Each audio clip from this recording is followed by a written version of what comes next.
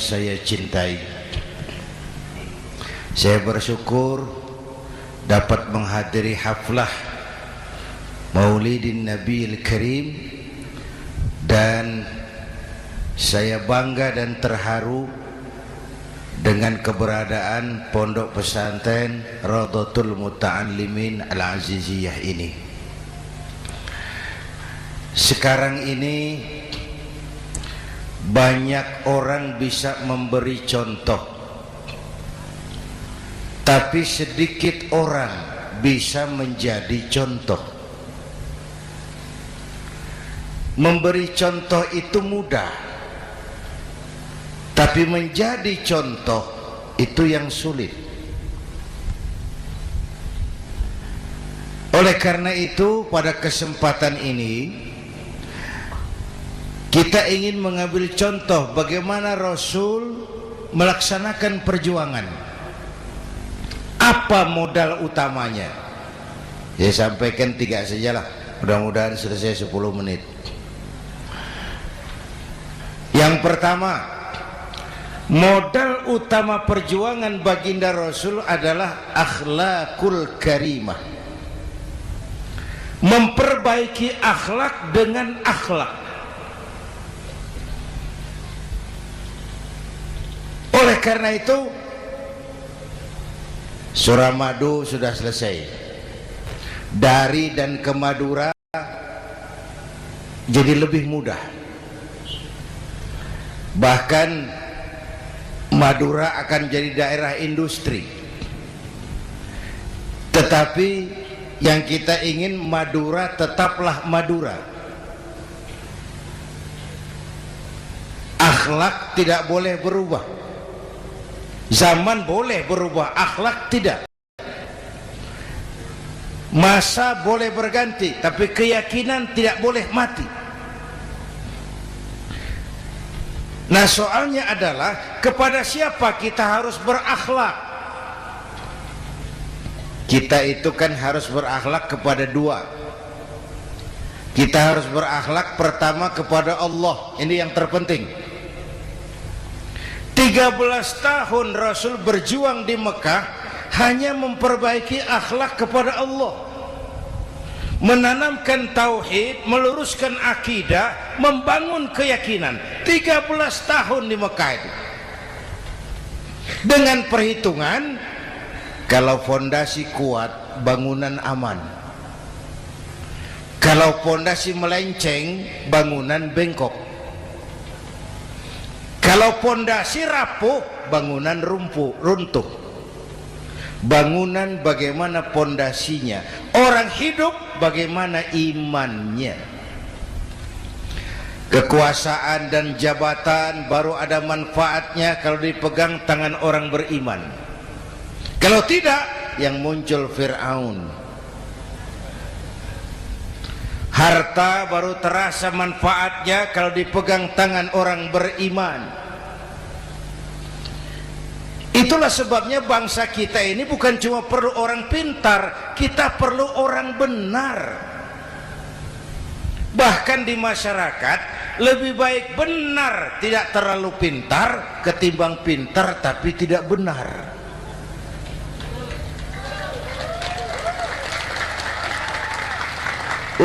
Kalau sudah pintar tidak benar, rusak rakyat itu, Pak. Disuruh ngurus beras malah nimbun beras, ya.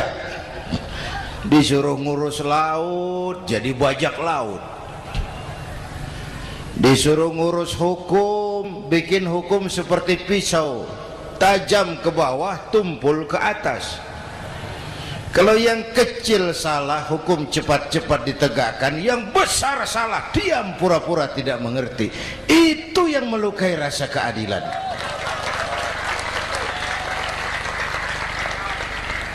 Mulai dari akhlak kepada Allah. Bagaimana cara berakhlak kepada Allah? Caranya 2. Pertama, jangan menyekutukannya dengan sesuatu pun. Yang kedua, jangan menyembah kecuali hanya kepadanya. Itu akhlak kepada Allah. Konsisten, disiplin. Saya bersaksi tiada Tuhan selain Allah, maka saya tidak akan menyembah kecuali hanya kepada Allah. Saya tidak akan takut kecuali hanya kepada Allah. Saya tidak akan minta tolong kecuali hanya kepada Allah. Saya tidak akan melarikan persoalan kecuali hanya kepada Allah. Saya bersaksi Nabi Muhammad utusan Allah, Nabi terakhir. Tidak ada Nabi sesudah Nabi Muhammad. Harga mati, titik. Disiplin. Ada yang mengaku jadi Nabi, wajib tidak percaya. Disiplin. Sekarang ini kan bangsa kita disiplinnya lemah. Korupsi agak sulit diberantas karena pejabat kita takut atasan tapi nggak takut Tuhan.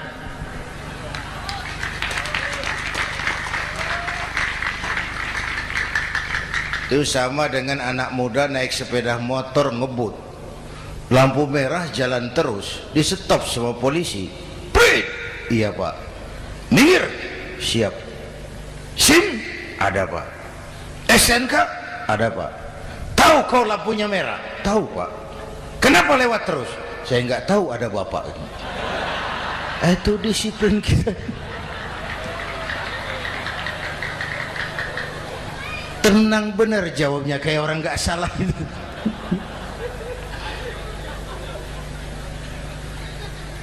Iman. Apalagi belakangan ini saya sering bilang gini pak, ini humor tapi agak tasawuf. Orang yang paling tenang hidupnya itu tukang parkir. Coba lihat tukang parkir, walaupun mobil banyak, mereknya bagus-bagus, ndak pernah sombong. Tenang. Nanti mobil pergi satu demi satu, habis sama sekali, dia ndak sedih. Tenang. Mobil banyak ndak sombong, mobil habis ndak sedih. Apa rahasianya? Ternyata, nih tasawufnya di sini. Tukang parkir tidak merasa memiliki, tapi merasa dititipi. Wah, itu. Siapa saja yang merasa memiliki, bersiaplah kehilangan, dan itu menyakitkan. Tapi kalau merasa dititipi, jabatan, harta, anak, istri, semua titipan, hiduplah seperti tukang parkir. Pertama, titipan tidak boleh bikin kita sombong. Dititipi kok sombong, ndak pantas ya. Pak Zainuddin titip mobil ya, silakan. Yang punya mobil pergi, saya petatang peteteng.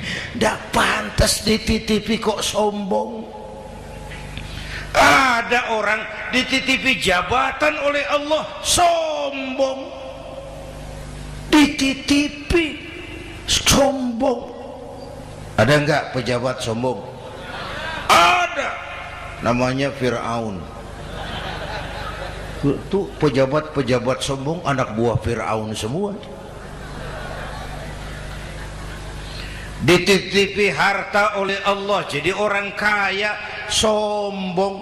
Sama tetangga ndak mau kenal orang lain, kecil semua. Jalan ndak injak tanah. Kuntilanak. Yang kedua penting, titipan harus dijaga baik-baik. Kalau tidak, yang nitip marah. Yang nitip marah. Pak, titip sepeda motor, silakan. Waktu diambil sepeda motor, kaca spion pecah, knalpot hilang, bemper hancur. Marah ndak yang nitip? Marah. Saya kan titip, kenapa ndak dijaga baik-baik?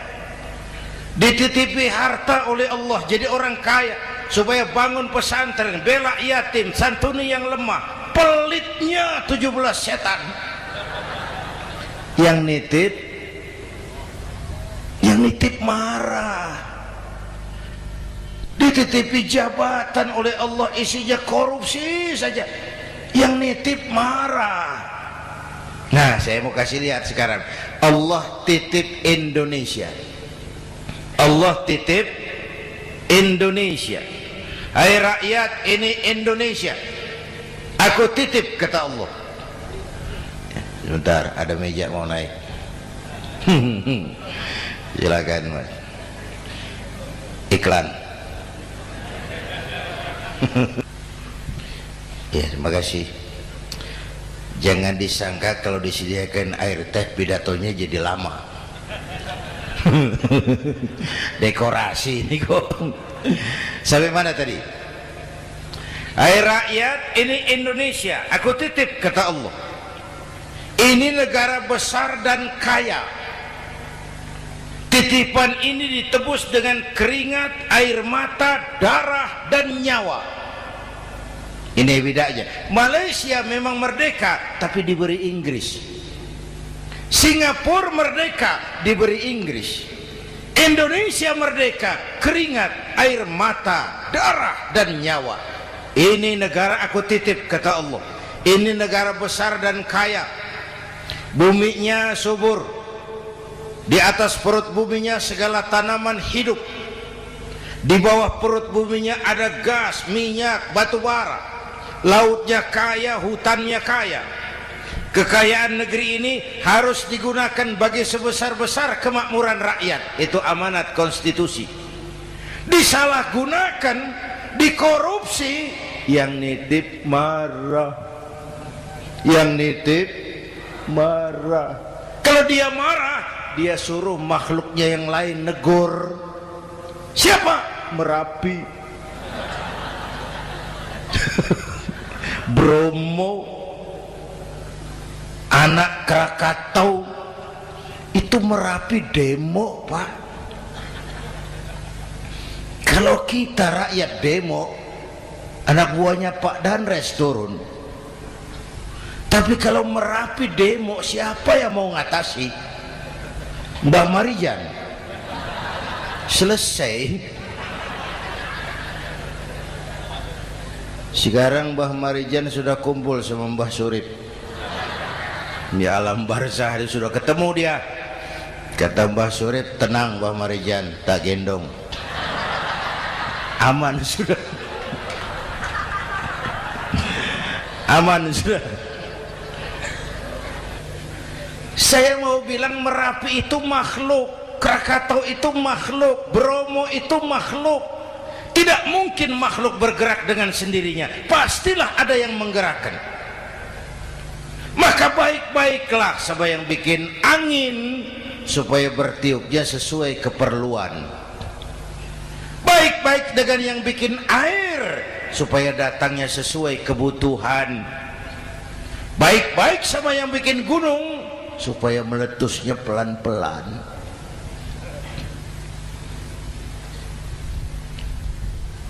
Bapak Ibu hadirin yang saya hormati, menjaga titipan. Jangan menyembah kecuali hanya kepadanya. Jangan menyekutukannya dengan sesuatu pun. Ayo, saya ngobrol kita. Bapak Ibu hadirin yang hadir di sini ini, kita ini semua hamba Allah apa bukan? Hamba Allah. Kata siapa? Kata kita. Kalau kata kita namanya ngaku. Ngaku itu boleh dan murah. Apa diakui? Kita belum tahu. Ya, kan baru kata kita itu. Dan tidak otomatis kalau kita bilang saya ini hambamu ya Allah, lalu Allah jawab iya ya. Tidak, wong itu kan kata kita.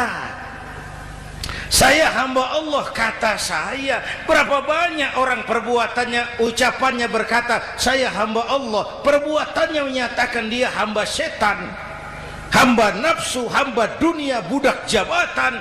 Tidak sesuai ucapan dengan perbuatan. Jadi hamba Allah tuh nggak mudah, digojlok, diuji. Coba lihat, yang jelas diakui sebagai hamba itu baru satu yang kita peringati ini, baginda Nabi. Allah mengakui kapan?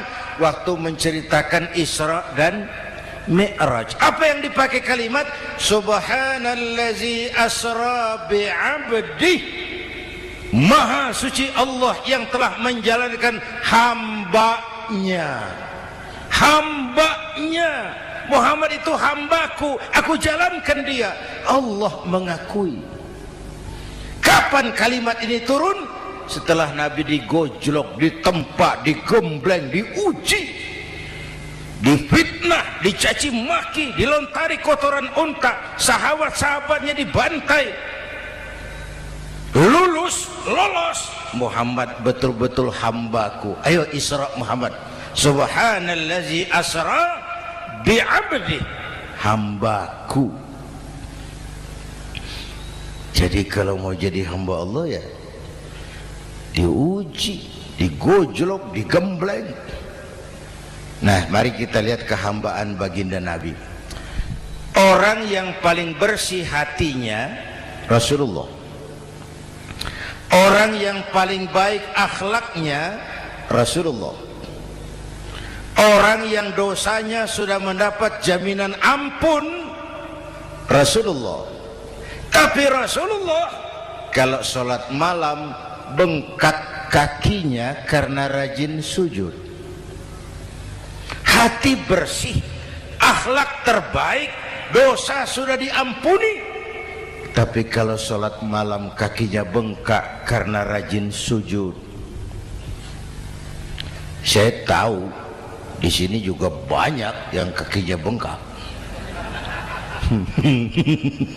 Cuma urusannya apa? Itu urusan masing-masing. Pada tingkat seperti itu Rasulullah, saya perlu Allah, saya perlu Allah, saya perlu Allah. Yang 100 tahun kita bangun selesai oleh gempa 3 menit. Ya, yang 100 tahun kita bangun ternyata selesai oleh gempa 3 menit. Kita perlu Allah, kita perlu Allah. Makanya musibah itu kan kalau menimpa orang baik-baik namanya ujian. Kalau menimpa orang setengah baik itu paru-paru yang bikin malaikat bingung. Sholat rajin, maksiat tekun, baca Quran mau, fitnah orang hobi, ngaji nyolong jalan terus. Untung di sini nggak ada yang begitu. Di Jakarta banyak.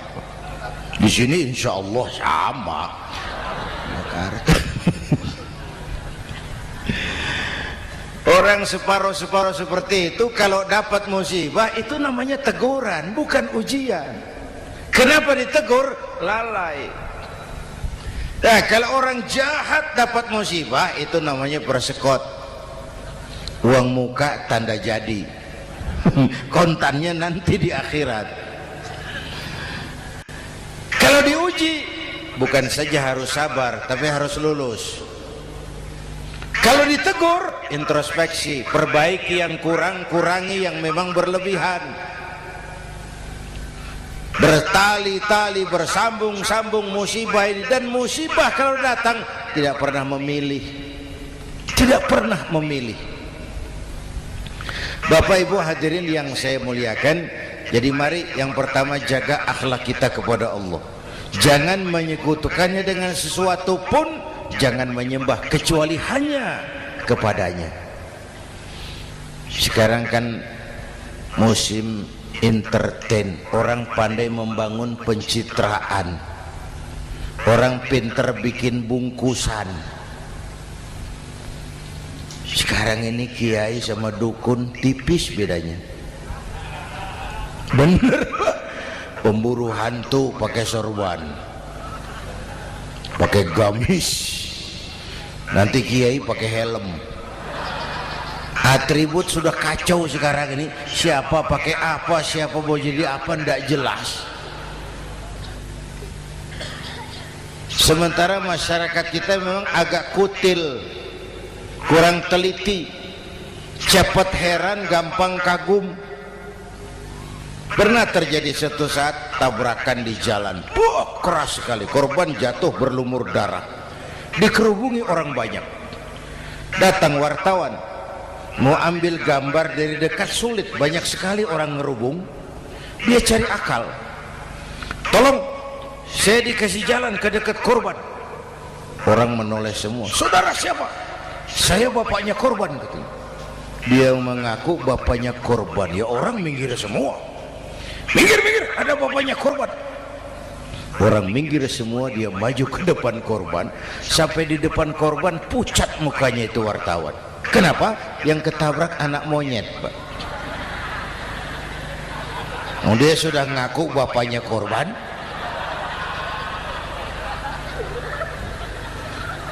Ini cerita pendek tapi pesannya dalam. Kalau belum kenal benar jangan cepat-cepat ngakui. Ya,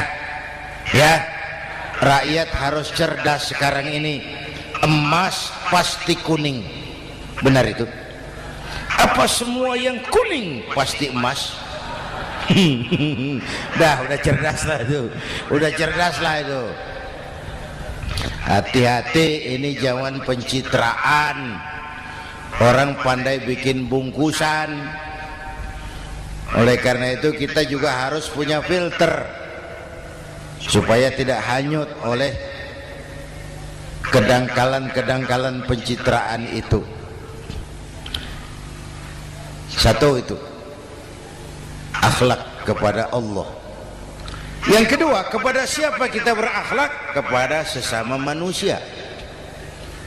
Kepada sesama manusia itu siapa? Pertama, sesama muslim. Malam ini saya hadir di sini, saya tidak merasa tamu. Saya hanya keluarga di tengah keluarganya. Bahwa saya lahir di Jakarta itu sih kebetulan. Saya nggak pesan. Yang kita tidak pesan jangan diributkan. Kita nggak pesan. Warna kulit seperti ini kita nggak pesan. Dari suku apa lahir kita nggak pesan.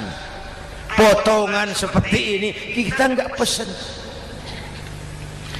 Islam membebaskan manusia dari ras diskriminasi. Pada waktu yang bersamaan Islam mengangkat harkat, derajat, martabat kaum wanita. Ini kasihan dari tadi nggak diajak ngomong nih. Pada waktu yang bersamaan Islam mengangkat harkat, derajat, martabat kaum wanita. Ibu-ibu mestinya lebih terima kasih sama Rasulullah. Sebelum Rasulullah datang, nasib perempuan menyedihkan, dilecehkan, harganya murah. Sebelum Rasulullah datang, murah. Sebelum Rasulullah datang, murah. Coba lihat wanita sebelum Islam, sedih, dilahirkan hanya untuk melahirkan, alat pemuas nafsu. Kalaupun berperan, peranannya cuma segitiga, dapur sumur kasur, kasur sumur dapur, putar-putar di situ saja. Tidak usah di Arab, dunia. Di Jawa, raja-raja Jawa sebelum kenal Islam seenaknya ngumpuli perempuan kan. Selirnya yang 30, 50. Sultan-sultan di Turki piara harem ratusan orang perempuan. Kaisar terakhir dinasti Ming Cina bangun istana 1000 kamar, istrinya 1000. Innalillahi wa inna ilaihi. Itu saya coba pikir, raja kalau istrinya 1000, kapan pakai kolor itu raja?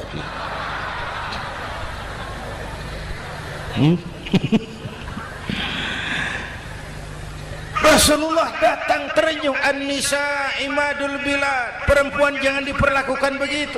Perempuan tiang negara. Kalau baik perempuan baik negara, kalau rusak perempuan hancur negara. Waktu ditanya, ya Rasul, siapa yang paling harus saya taati di dunia? Ibumu. Setelah itu siapa lagi? Ibumu. Setelah itu siapa lagi? Ibumu. Setelah itu siapa lagi? Bapakmu.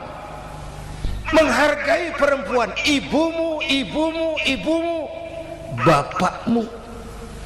Ibu 3 kali disebut, bapak 1 kali, ibu 3 kali, bapak 1 kali, ibu 3, bapak 1 bapak. Gimana sih ngitungnya jadi kerok begini? Salah ngitungnya, salah.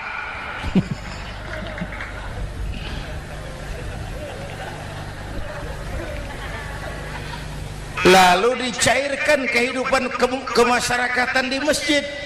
Masya Allah, masjid itu pendidikan demokrasi betul. Pertama, siapapun masuk masjid copot sandal, buka sepatu. Benar itu? Ini masyarakat yang mau kita bangun. Tidak ada warga negara kelas 1, semua sama. Lurah masuk masjid buka sepatu, rah. Camat masuk masjid buka sepatu, mat. Gubernur masuk masjid buka sepatu, Nur. Nikmatnya masyarakat masjid. Nikmatnya masyarakat masjid. Coba binatang saja harganya tidak sama toh. Sapi yang mahal, yang gemuk, betul? Karena harga sapi pada dagingnya. Makin gemuk sapi makin mahal harganya. Tapi ada burung perkutut lebih mahal dari sapi, padahal dagingnya sedikit, betul. Kenapa harganya lebih mahal dari sapi? Harga perkutut suaranya. Di mana harga manusia? Yang paling gemuk silahkan bersaing dengan sapi. maaf.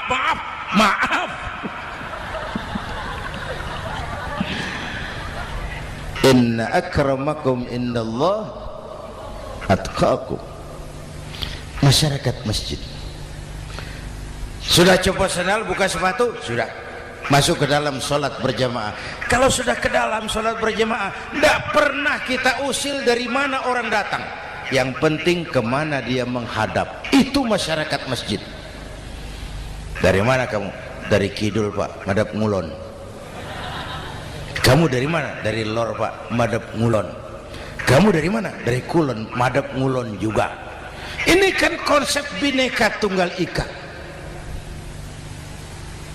Dari manapun orang datang, apapun warna kulitnya, dari suku apapun ia dilahirkan, kalau akidahnya sama, itu saudara kita. Lalu sholat berjamaah.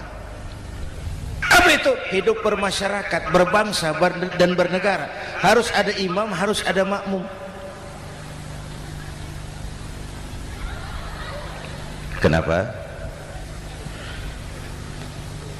Ini saya harus agak hati-hati ya, pakai sarung angin ini.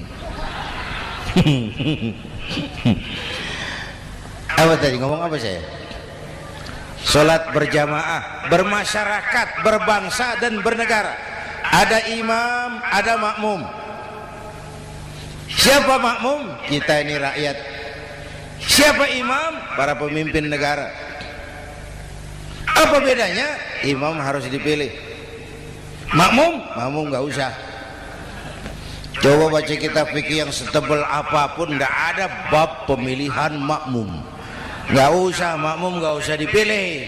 Orang buta boleh jadi makmum, orang bisu boleh jadi makmum, tukang mabuk boleh jadi makmum, tapi tidak tiap orang boleh jadi imam.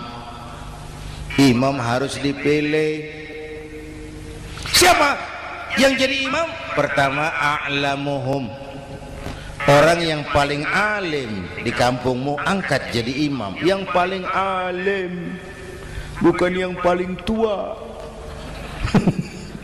Yang paling alim, tahu urusan, punya konsep, punya visi dan misi, mengerti negara ini mesti dibawa kemana, jalan keluarnya apa, angkat jadi imam. Pak, ada dua orang Pak, alimnya sama, yang mana yang dipilih? Kalau ada dua orang alimnya sama, kata Nabi, afsahuhum, yang lebih fasih lidahnya. Apa artinya fasih? Nyambung sama rakyat, tahu apa yang dimaui rakyat, nyambung.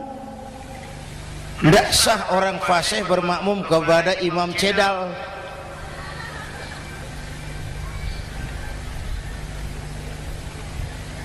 Kenapa Bu? Nyambung. Capek kalau punya imam gak nyambung sama makmum. Makanya kalau sudah jadi imam, pesan Nabi apa? Idza amma ahadukumun nasa falyukhaffif. Kalau kamu jadi imam, ringankan sholat kamu, jangan terlalu panjang. Itu makmum tidak sama kekuatannya. Ada yang tua renta, diri saja sudah gemetar. Ada makmum yang punya darah tinggi, kalau sujud lama kepalanya sakit. Ada makmum yang sudah janji habis sholat mau terima uang. Jangan kalau sudah jadi imam di kota, sholat isya berjamaah, rakaat pertama selesai Fatihah, Yasin, bubar makmum itu. Jadi imam jangan terlalu lama. Kayak Husni Mubarak tuh, kelamaan jadi imam, 30 tahun, rakyat capek.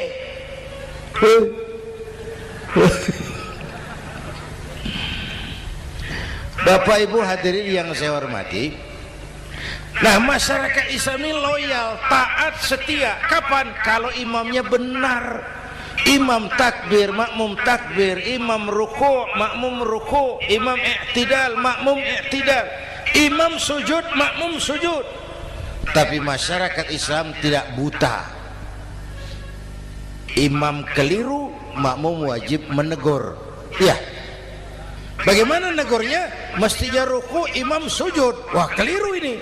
Subhanallah, kan gitu. Itu aturan main. Tidak boleh imam keliru, makmum emosi, main pegang, mam, hoi salah, hoi, kacau sholat.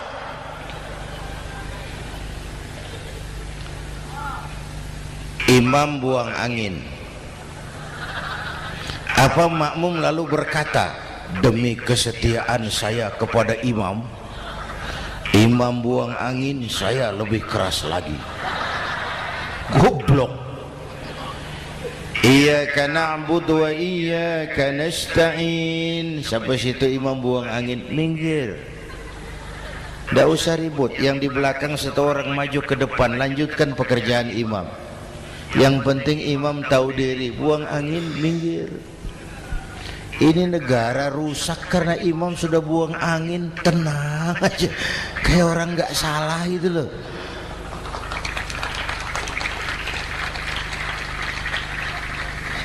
Selesai sholat dikasih tahu, imam tadi buang angin ya sedikit.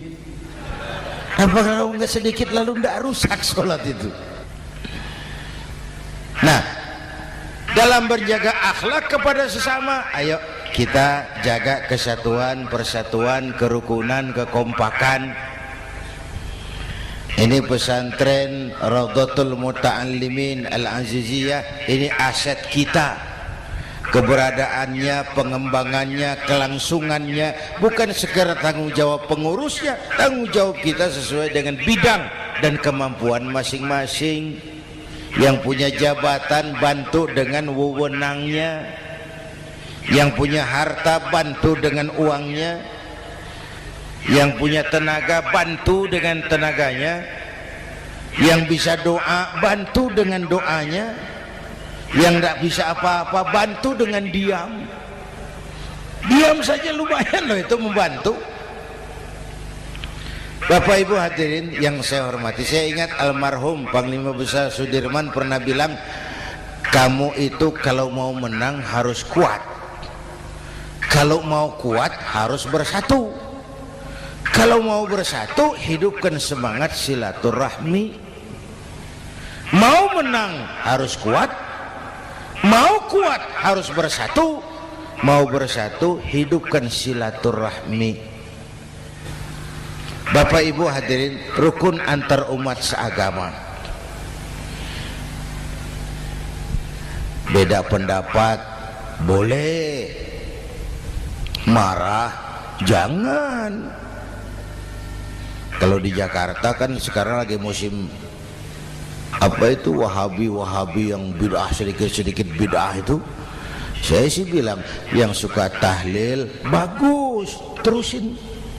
Yang nggak suka tahlil nggak apa-apa, tapi jangan mencaci maki yang suka tahlil. Yang mabuk masih banyak kok yang tahlil dicaci maki. Kita ini seperti orang kurang kerjaan. Waktu guru saya Hadratul Mukarram Ki Haji Dr. Idam Khalid wafat, saya ajak orang baca Fatihah. Selesai, saya lagi duduk di belakang, seorang pengusaha nemui saya, Kiai, kenapa? Saya coba ingin kepastian. Apa? Orang yang sudah mati dibacakan Fatihah itu apa pahalanya sampai? Saya bilang gini, Mas, kamu kalau nggak percaya mati aja dulu. Saya bacain Fatihah, tunggu di sono. Kalau nggak nyampe balik lagi nggak apa-apa.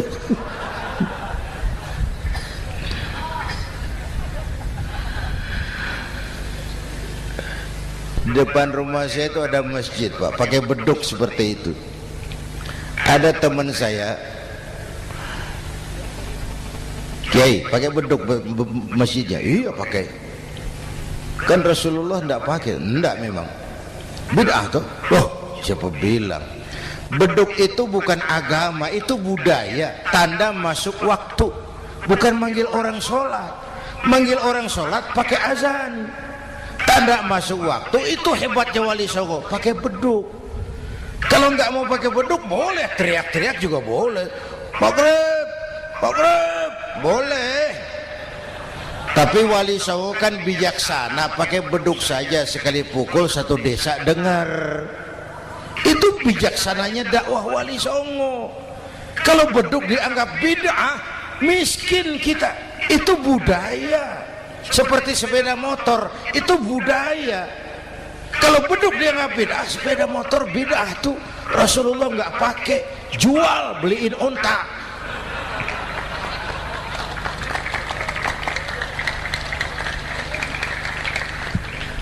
Ayo cari persamaan, jangan memperbesar perbedaan. Hormati pendapat orang kalau pendapat kita juga ingin dihormati.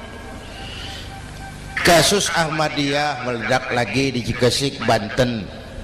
Lalu pendekar-pendekar HAM menganggap itu tirani, mengganggu kebebasan beragama. Dia lupa bahwa Ahmadiyah masalahnya bukan kebebasan beragama, tapi penodaan terhadap agama. Kalau kebebasan beragama sih umat Islam welcome. Orang mau Hindu, mau Buddha, mau Kristen bebas memilih agamanya masing-masing. Tapi ini kan Ahmadiyah lain, ngakunya Islam tapi ada nabi lagi sesudah Nabi Muhammad, namanya Mirza Ghulam Ahmad, asal dari India. Saudara hadirin yang saya hormati, ini yang prinsip penodaan terhadap agama. Kalau nggak ngaku Islam nggak masalah. Supaya mau aman caranya cuma dua, Ahmadiyah jadi agama sendiri. Karena Malaysia sudah melarang, Brunei sudah, Rabitoh Alam Islami menyatakan aliran sesat, Saudi Arabia melarang pengikut Ahmadiyah pergi bikin haji. Dia dianggap non muslim. Cuma memang pemerintah kita nggak tegas. Kalau dari dulu dinyatakan dilarang, nggak akan ada lagi kasus-kasus seperti itu.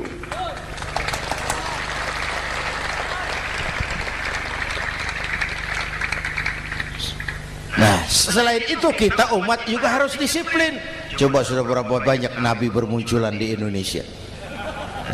Dan Indonesia ini saya heran, Indonesia ini pasar bagus. Kalau ada nabi aja pengikutnya, saya heran tuh. Indonesia ini pasar bagus. Ada Ahmad Musaddiq Al-Qiyadah, jadi nabi. Konsultan bulu tangkis jadi nabi. Dapat wahyunya di Bogor, ditangkap polisi 4 tahun. Muncul lagi di Bandung, namanya Sayuti, tukang cukur, ngaku dapat wahyu jadi nabi, ditangkap polisi lagi 2 tahun. Di Malang Ustadz Roy, ya sebenarnya petinju, dia masuk Islam, mu'alaf, belajar Islam tidak pakai guru, diutak-atik ayat Quran. Sholat kita harus mengerti artinya, maka sholat boleh pakai bahasa masing-masing. Ramai masjid. 2 tahun penjara. Di Jakarta muncul lagi Lia Edan, ngaku Jibril, ditangkap juga oleh polisi. Kita salut sama polisi kita lah, bukan cuma teroris, Jibril ditangkap Pak Kapolres. Saya bilang sama teman-teman polisi, untung dia ngaku Jibril Pak, coba kalau dia ngaku Israel lebih gawat itu.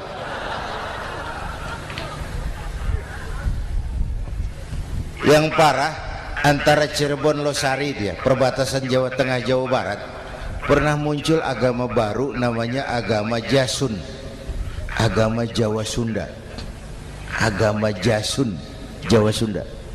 Yang jadi nabi Tugimin. La haula wala quwata. Saya bilang ini jangan jadi nabi, jadi kiai juga nggak angker ini. Al Mukarram Bapak Kiai Tugimin, nggak enak. Yang lebih ndak enak selawatannya loh itu. Kalau kita kan tadi nikmat tuh, ya Habibi ya Muhammad, nikmat rasanya tuh. Coba ganti sama yang tadi, wah enggak, ya Habibi ya Tugimin, nggak enak itu Pak. Jadi umat Islam itu sangat menghormati orang lain agama. Soal agama orang lain, lakum dinukum, awas hati-hati kalimatnya. Kita menghormati orang lain agama. Soal agama orang lain, lakum dinukum. Kita memang yakin cuma Islam agama yang benar, tapi bukan berarti kita boleh menghina agama orang lain. Kenapa? Kalau agama kita yang dihina, kita kan sakit hati. Orang lain sama dong. Itu sebabnya Allah berpesan, jangan kau caci maki Tuhan mereka, karena mereka akan balas mencaci maki Tuhanmu. Dan itu artinya mencaci maki aku, kata Allah. Jelas ini? Jelas? Justru karena umat Islam mayoritas di Indonesia, maka kerukunan antar umat beragama terjaga dengan baik. Oh, kalau umat Islam mau main kasar, mau main kayu, mau main keras, umat Islam ini 85%, yang lain pasti selesai. Saya jamin selesai. Tapi kan tidak. Kita sadar betul ini negara Pancasila. Kita sadar betul bahwa kita harus menghargai orang lain agama, menjaga kerukunan, rukun antar umat beragama. Yang ketiga, rukun antar umat beragama dengan pemerintah. Dulu kiai saya bilang, sultanun zulum khairum min fitnatin tadum. Pemerintah yang jelek pun sebenarnya masih lebih lumayan ketimbang tidak ada pemerintahan, kalau itu ukurannya. Coba umpama nanti Pak SBY sudah terlalu pusing, lalu pengumuman jam 000, seluruh rakyat Republik Indonesia saya umumkan mulai malam ini tepat jam 000 pemerintah bubar. Ayo bayangkan seperti apa kita tanpa pemerintah. Hukum rimba, yang kuat menekan yang lemah, yang kaya merampok yang miskin. Rumah saudara dirampok, lapor ke polisi, kata Kapolres, maaf polisi baru bubar. Hak asasi diinjak-injak, lapor ke pengadilan, pengadilan bubar. Masih ada pemerintah saja yang kuat suka menekan yang lemah, apalagi kalau tidak ada pemerintah. Karena itu ulama dan umara dua pilar utama. Kalau kuat keduanya, kuatlah masyarakat. Kalau rapuh keduanya, maka rapuhlah juga masyarakat. Bapak Ibu hadirin yang saya hormati, ini yang kedua, kita harus berakhlak kepada sesama. Yang ketiga, kepada siapa kita harus berakhlak? Kenapa? Iya, saya cuma lihat jam. Yang ketiga, kepada siapa kita harus berakhlak? Kita ini harus berakhlak kepada makhluk Allah yang lain di luar manusia. Kepada air kita harus berakhlak loh Pak. Saya dulu remaja ngaji fikih, kiai ngajar makruh buang air kecil di tanah yang berlubang. Saya protes, kenapa makruh kiai? Pertama, untuk kesehatan. Siapa tahu di lubang yang kau kencingi ada gas beracun. Kalau tidak kiai, kalau tidak maka artinya kau harus melindungi binatang yang ada di dalam lubang. Siapa tahu di lubang yang kamu kencingi ada semut sedang rapat membahas masalah Mesir. Apa dosanya lalu mati dikencingi? Ini namanya rahmatan li semut. Bapak Ibu hadirin yang saya hormati, ada hadis sederhana, fa iza zabahtum fa ahsinu zibhata. Kalau kamu menyembelih hewan, sembelihlah dengan cara yang terbaik. Jangan nyembelih ayam pakai pisau tumpul, itu namanya tidak berperi kebinatangan. Kepada ayam kita berakhlak, kepada pohon kita berakhlak, kepada air kita berakhlak. Kenapa sekarang alam tidak seramah dulu? Karena kita juga tidak ramah kepada alam. Kenapa sering terjadi banjir? Karena tempat air kita kurangi. Dia bingung mau kemana. Air nggak punya tempat. Akhirnya masuk ke rumah kita juga. Masuk dalam zoharul fasadu fil barri wal bahri bima kasabat aydin nas. Karena kita tidak berakhlak kepada lingkungan. Bapak Ibu hadirin yang saya hormati, jadi itu yang pertama, modal utama perjuangannya akhlakul karimah. Mau sukses, utamakan akhlak. Industrialisasi boleh terjadi di Madura, jalan berhotmik licin, oke, listrik masuk desa, alhamdulillah, tapi akhlak jangan berubah, akidah jangan goyah.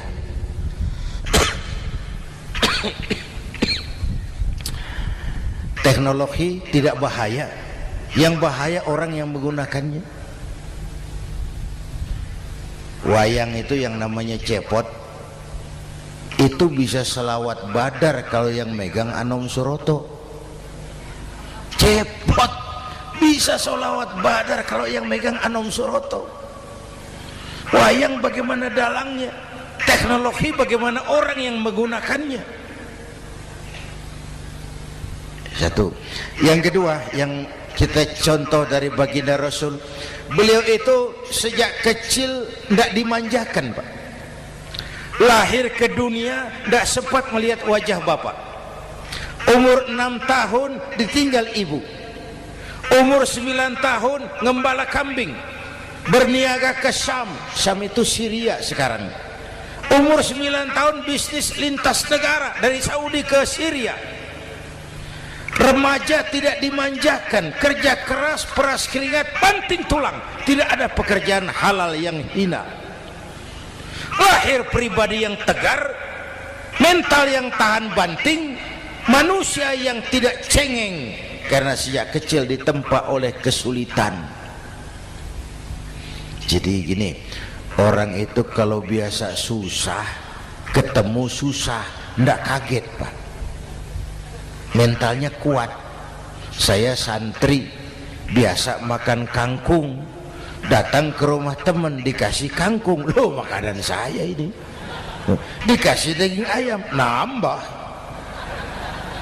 Orang tuh kalau biasa susah enak. Saya santri biasa tidur di masjid, disuruh nginep di hotel, pules Pak. Tapi yang biasa tidur di hotel suruh nginep di masjid, encok. Hidup ini perjuangan. Mau sukses harus berani susah. Jangan seperti dulu di cerita santri. Ada santri beternak lebah, ambil madunya itu. Suatu hari dia mau periksa sarang lebah, naik ke pohon pakai tangga, pakai sarung biasanya santri. Dia lupa ndak pakai celana dalam. Naik pohon periksa, entah bagaimana terpegang sarang lebah itu, berhamburan lebahnya keluar. Salah satu masuk ke sarungnya, tergigitlah Al-Mukarramnya itu. Dia menjerit, aduh, jatuh berguling ke bawah. Sudah lama jatuh, dia buka sarungnya, dia lihat bengkak. Karena bengkak kan jadi besar, senang juga dia. Dia berdoa, ya Allah, hilangkan sakitnya, biarlah bengkaknya.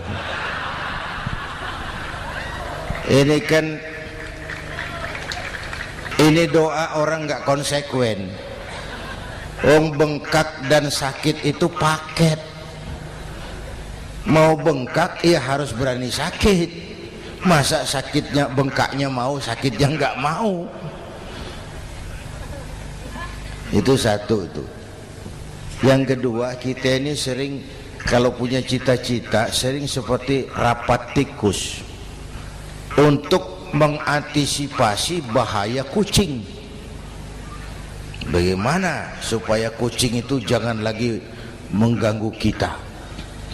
Akhirnya ada yang mengusulkan begini, bagaimana kalau di leher kucing kita gantungkan lonceng, supaya kalau dia datang dari jauh suaranya sudah kedengaran dan kita bisa lari menyelamatkan diri. Wah, cerdas deh. Setuju, setuju semua.